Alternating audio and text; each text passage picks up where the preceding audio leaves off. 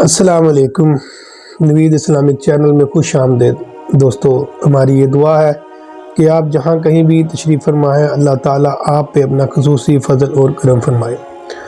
دوستو، اگر آپ ہمارے چینل پر نئے ہیں اور ابھی تک آپ نے ہمارے چینل کو سبسکرائب نہیں کیا تو بیل آئیکن کو دبا کے چینل کو سبسکرائب کر دیں تاکہ مزید آنے والی ویڈیو آپ تک بروقت پہنچ سکے۔ حضرت عبداللہ بن سلام اپنے بھائی حضرت عثمان رحمۃ اللہ تعالیٰ علیہ سے ملاقات کرنے گئے تو وہ بہت خوش دکھائی دینے لگے اور کہنے لگے، میں نے آج رات خواب میں سرکار مدینہ صلی اللہ تعالیٰ علیہ وآلہ وسلم کا دیدار کیا۔ آپ صلی اللہ تعالیٰ علیہ وآلہ وسلم نے مجھے ایک ڈول عنایت کیا جس میں پانی تھا، میں نے پیٹ بھر کر پیا جس کی ٹھنڈک ابھی تک محسوس کر رہا ہوں۔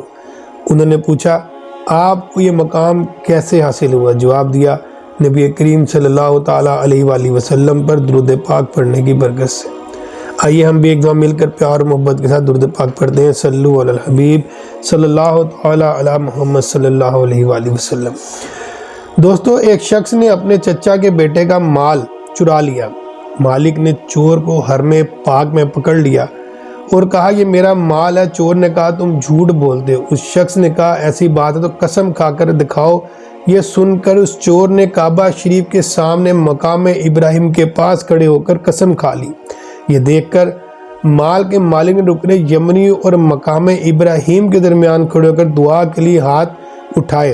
ابھی وہ دعا مانگ ہی رہا تھا کہ چور پاگل ہو گیا اور مکہ شریف میں اس طرح چلانے لگا، مجھے کیا ہو گیا اور میرے مال کو کیا ہو گیا اور مال کے مالک کو کیا ہو گیا؟ یہ خبر اللہ تعالیٰ کے پیارے نبی صلی اللہ تعالیٰ علیہ وآلہ وسلم کے دادا جان حضرت عبد المطلب کو پہنچی تو آپ تشریف لائے اور وہ مال جمع کر کے جس کا تھا اس شخص کو دے دیا اور وہ اسے لے کر چلا گیا، جبکہ وہ چور پاگلوں کی طرح بھاگتا اور چیختا چلاتا رہا یہاں تک کہ ایک پہاڑ سے نیچے گر کر مر گیا اور جنگلی جانور اسے کھا گئے۔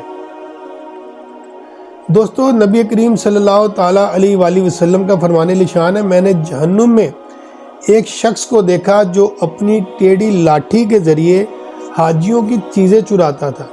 جب لوگ اسے چوری کرتا دیکھ لیتے تو کہتا، میں چور نہیں ہوں، یہ سامان میری ٹیڑھی لاٹھی میں اٹک گیا تھا۔ وہ آگ میں اپنی ٹیڑھی لاٹھی پر ٹیک لگائی، یہ کہہ رہا تھا، میں ٹیڑھی لاٹھی والا چور ہوں۔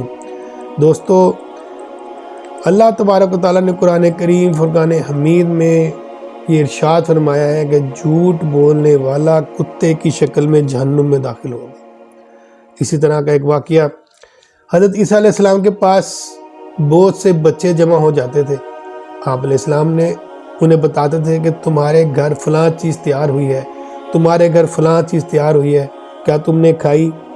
بچے روتے ہوئے گھر واپس جاتے اور وہ چیز مانگتے، گھر والے وہ چیز دیتے اور ان سے کہتے، تمہیں کس نے بتایا؟ بچے کہتے، حضرت عیسیٰ علیہ السلام نے۔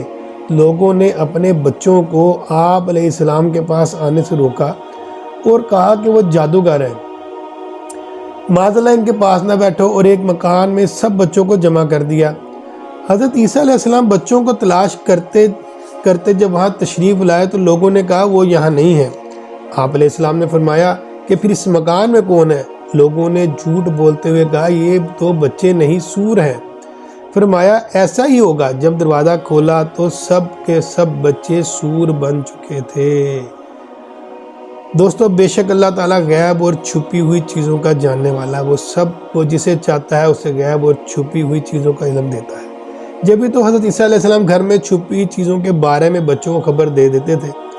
اس حقیقت سے ہمیں یہ درس بھی ملا کہ جھوٹ بہت خراب چیز ہے۔ لوگوں نے جھوٹ بولا تو گھروں میں چھپے ہوئے ان کے بچے بدلے میں خنزیر اور سور بن گئے۔ حضرت حاتم اسم رحمۃ اللہ تعالیٰ نے فرماتے ہیں، ہمیں یہ بات پہنچی کہ جھوٹا دوزخ میں کتے کی شکل میں بدل دیا جائے گا اور حسد کرنے والا جہنم میں سور کی شکل میں بدل دیا جائے گا اور غیبت کرنے والا جہنم میں بندر کی شکل میں بدل دیا جائے گا۔ الامان الحفیظ۔ حضرت امام محمد بن سیرین رحمۃ اللہ تعالیٰ علیہ سے ایک آدمی نے کہا، میں نے ایک خواب دیکھا کہ میرے ہاتھ میں پانی سے بھرا ہوا شیشے کا ایک پیالہ ہے۔ حضور، وہ پیالہ تو ٹوٹ گیا مگر پانی جوں کا تو موجود ہے۔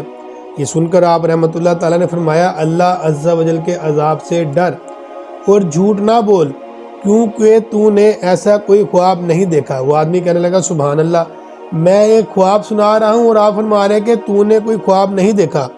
آپ رحمۃ اللہ تعالیٰ نے فرمایا بے شک یہ جھوٹ ہے اور میں اس جھوٹ کے نتیجے کا ذمہ دار نہیں۔ اگر تو نے واقعی یہ خواب دیکھا ہے تو اس کی تعبیر یہ ہے کہ تیری بیوی ایک بچہ جنے گی، پھر وہ مر جائے گی اور بچہ زندہ رہے گا۔ اس کے بعد وہ آدمی جب آپ رحمۃ اللہ تعالیٰ علیہ کے پاس چلا گیا اور پیچھے سے کہنے لگا اللہ عز و جل کی قسم میں نے تو ایسا کوئی خواب دیکھا ہی نہیں تھا۔ یہ سن کر کسی نے کہا لیکن امام محمد سیرین رحمۃ اللہ تعالیٰ علیہ نے خواب کی تعبیر فرما دی۔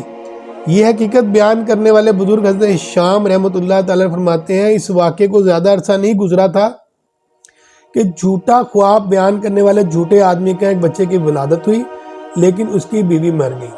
دوستو آپ نے اس بیان میں سنا کہ جھوٹ بولنے والا کتے کی شکل میں جہنم میں لایا جائے گا۔ بے شک اللہ تبارک و تعالیٰ کا کلام حق اور سچ پر ہے۔ ہمیں اللہ تعالیٰ کے عذاب سے ڈرنا چاہیے، جھوٹ بولنے، غیبت، چغلی، گالی گلوچ، ان تمام گناہوں سے بچنا چاہیے۔